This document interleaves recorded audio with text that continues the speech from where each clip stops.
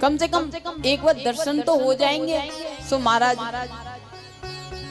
अक्रूर जी ने अपना रथ सजाया। रथ सजाने के बाद में वृंदावन की ओर रथ कर दिया। आज अक्रूर जी रथ लेकर के कृष्ण बलराम को लेने जा रहे हैं, लेकिन मन में अनेक विचार आ रहे हैं। पहली बार कृष्ण और बलराम के दर्शन होंगे, पहली बार कृष्ण बलराम मुझसे काका जी बोलेंगे, देखने में कितने सुंदर होंगे। अनेक विचार करते हुए जा रहे हैं।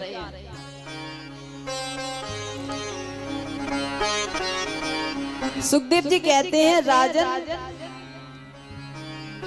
ऐसा प्रतीत होता है कि अक्रूर जी का रथ चल ही नहीं रहा।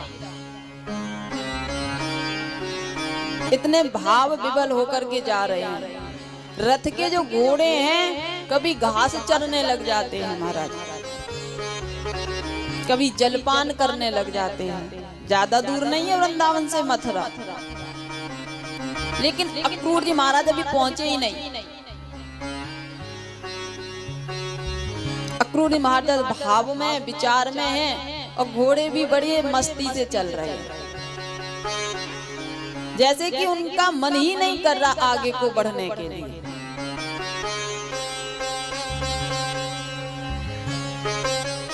अब महाराज जैसे ही अक्रूर जी पहुंचे तो बीच मार्ग में ही भगवान कृष्ण और बलराम मिल गए।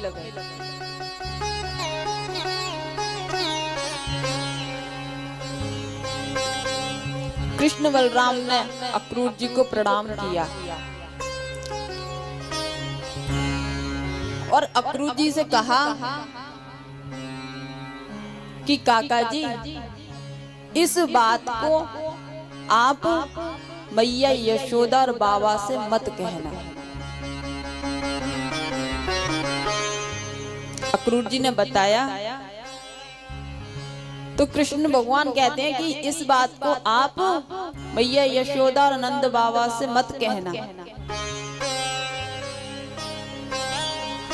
अक्रूर जी आए, आकर के नंद बाबा ने बड़े ही प्रेम से उनका स्वागत किया। अक्रूर जी कहते हैं कि मथुरा में महाराज कंस के यहाँ एक यज्ञ का आयोजन हो रहा है, मेले का आयोजन हो रहा है। तो हम चाहते हैं कि कृष्ण बलराम भी वहां घूम आए।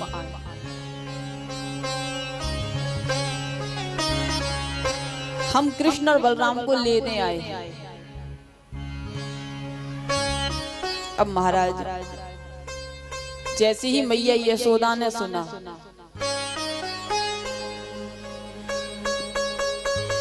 कि अक्रूर जी जो आए हैं वो कृष्ण और बलराम को लेने के लिए आए हैं,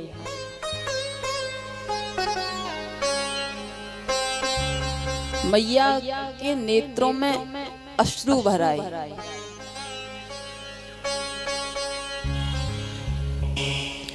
मैया कहती है कि यदि कोई मेरे प्राण मांगे तो मैं अपने प्राण खुशी खुशी दे दूंगी, लेकिन मेरे कृष्ण और बलराम को मत ले जाओ। मैं अपने से दूर नहीं कर सकती कृष्ण और बलराम को, मैं इनके बिना नहीं रह सकती। नंद बाबा समझाते हैं, अरे यशोदा, हम सभी साथ जाएंगे और तुम कब तक इन्हें छिपा के रखोगी? हम मथुरा घुमा के वापस ले आएंगे। रात्रि का समय था।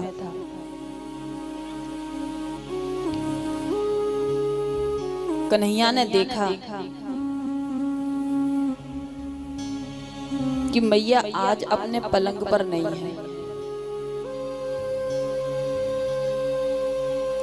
ये समाचार पूरे ब्रजमंडल में फैल गया महाराज कि कोई परदेश से आया है और कृष्ण बलराम को ले जा रहा है।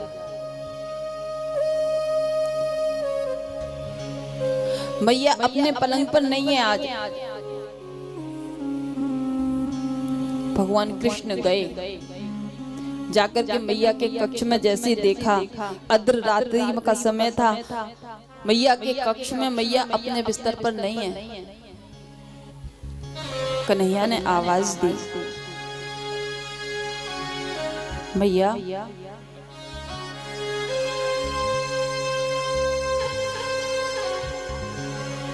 तू कहाँ है?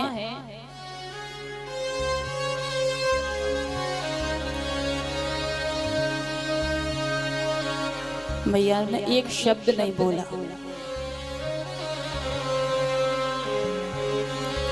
भगवान पुनः आवाज लगाते हैं, मैया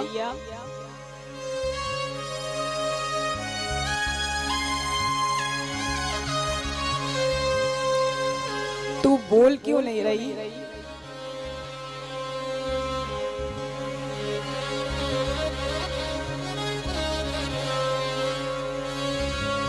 भगवान ने देखा कि मैया एक खंबे से सर लगा के बैठी है।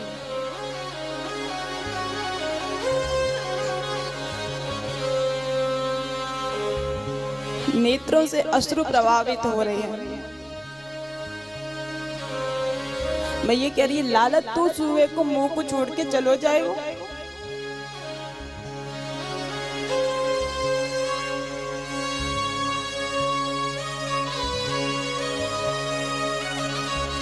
मैं तेरे बिना कैसे रहूंगी?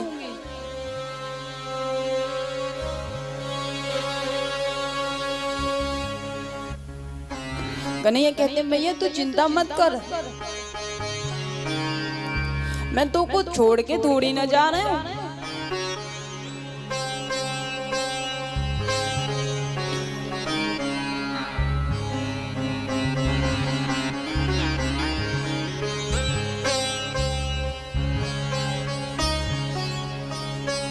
मैं जल्दी ही वापस आऊंगा।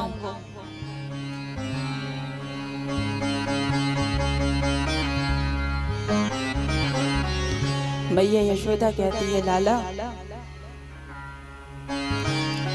तू जाएगो तो सही,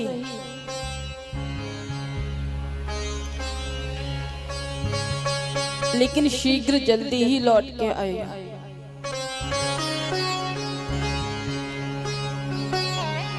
साक्षात प्रभु आज मैया से दूर हो रहे हैं। आप सोचिए, यदि आपका अपना पुत्र आपको छोड़कर जाए तो एक माँ पर क्या व्यथा होती है। और ये तो भगवान है, हमारे प्राण वल्लभ है। मैया यशोदा का छोटो सो लाला है।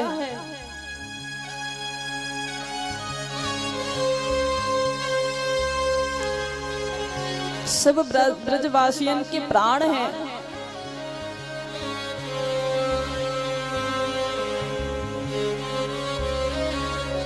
प्रातः काल 4 बजे ब्रह्म मुहूर्त में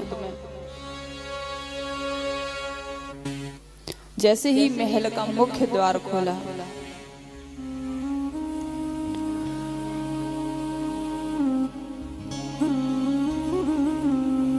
कन्हैया ने देखा सभी ब्रजवासी गोपियां सब खड़ी हैं।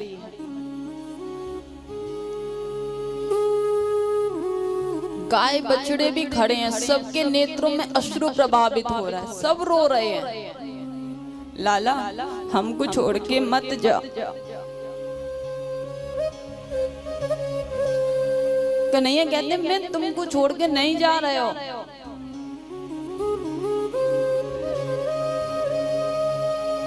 मैं तुम्हारे बिना नहीं रह सकूं। मैं शीघ्र ही जल्दी वापस आऊंगा। गोपियां हाथ जोड़ के कहती हैं कि हम आपको नहीं जाने देंगे।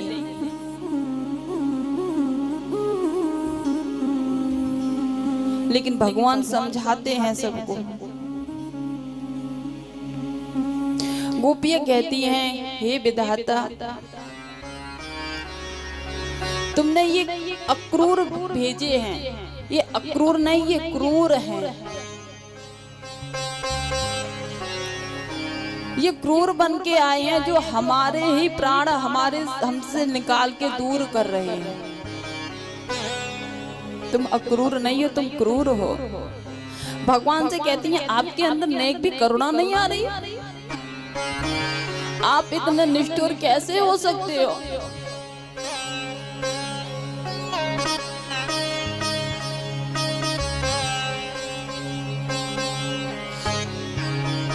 भगवान सभी को समझाते हैं।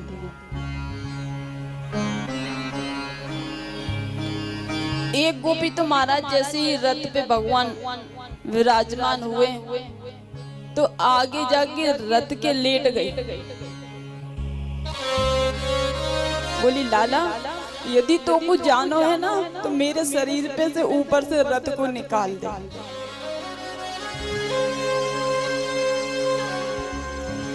तब तू जाएगा।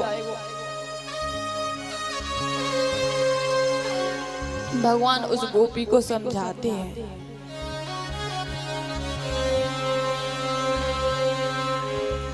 एक सखी कहती है, अरे ओ सखियों, देखो इन्हें रोको तो सही, ये हमारी बात ही नहीं सुन रहे। ये तो बिल्कुल पत्थर दिल के हो गए। हम रोक रही हैं, ये रुक ही नहीं रही है, तो चल दिए।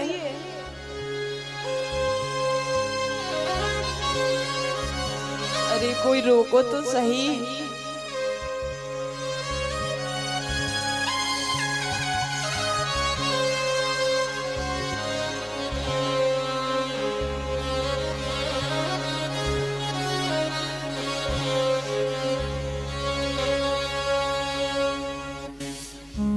भगवान किशोरी श्री राधा रानी से कहते हैं, हे किशोरी जी, आप तो सब कुछ जानो हो, आप अनुमति दो, आगे की शेष लीला है वो भी करनी है। आप मुझे आज्ञा दो जावे की।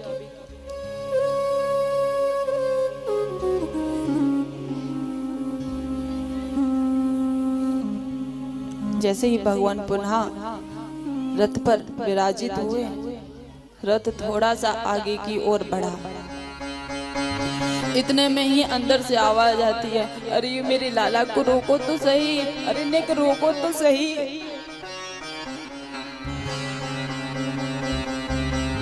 अरे निक रथ को रोको। मैया अंदर महल से दौड़ लगाती हुई आती है। मैया को देखकर, मैया की आवाज सुनकर बाल कृष्ण प्रभु रथ से उतर जाते हैं, दौड़ के मैया के अंग से लिपट जाते हैं। महाराज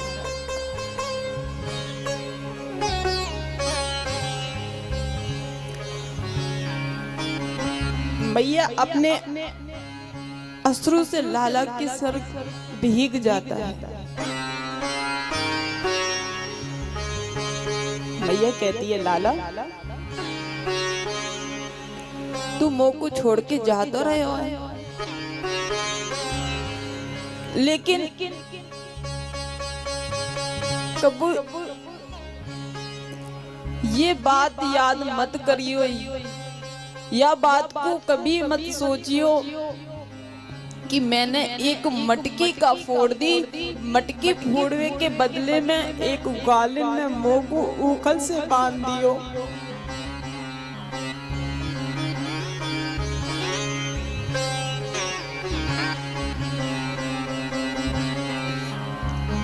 मुंह को पतो है तू मेरा लाला नहीं है,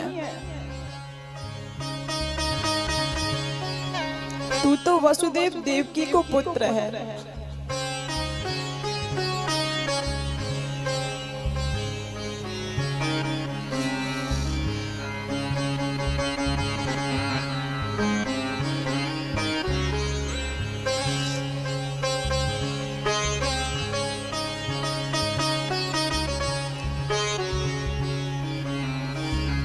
का मेरी एक मटकी की औकात नहीं कि मैं एक मटकी फोड़ सकूं।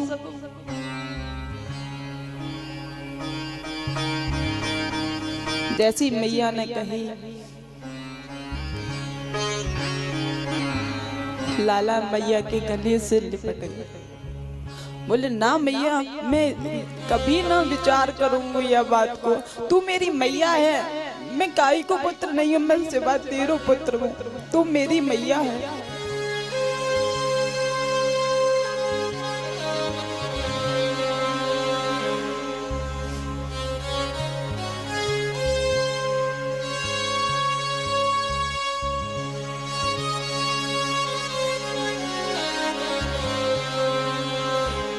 कृष्ण और बलराम मैया के चरणों में गिर के रोने लगे।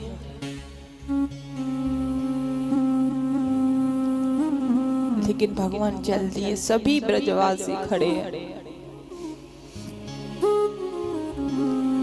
सभी के नेत्रों में अश्रु प्रभावित हो रहे हैं। सभी प्रयास कर रही हैं रोकने का, लेकिन महाराज नहीं मानते। सभी ब्रजवासी कहते हैं, छोड़ वृंदावन कुंज यमुना पुलिन, श्याम मथुरा चले, श्याम मथुरा चले। छोड़ यमुना पुलिन, श्याम मथुरा चले, श्याम मथुरा चले, श्याम मथुरा चले, श्याम मथुरा चले।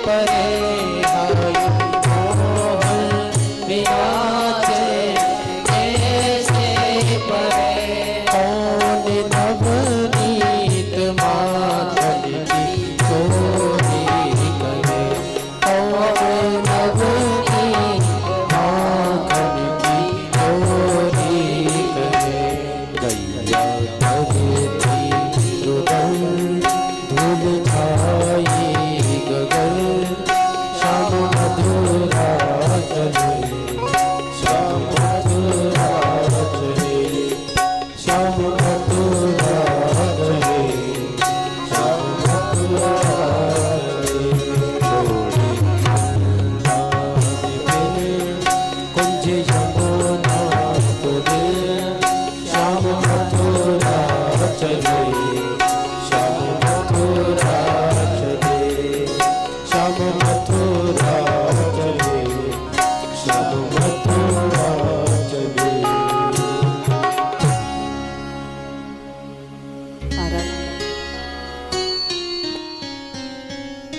काफी प्रयास किया सभी ब्रज गोपियों ने, मैया ने, लेकिन कृष्ण और बलराम नहीं रुके।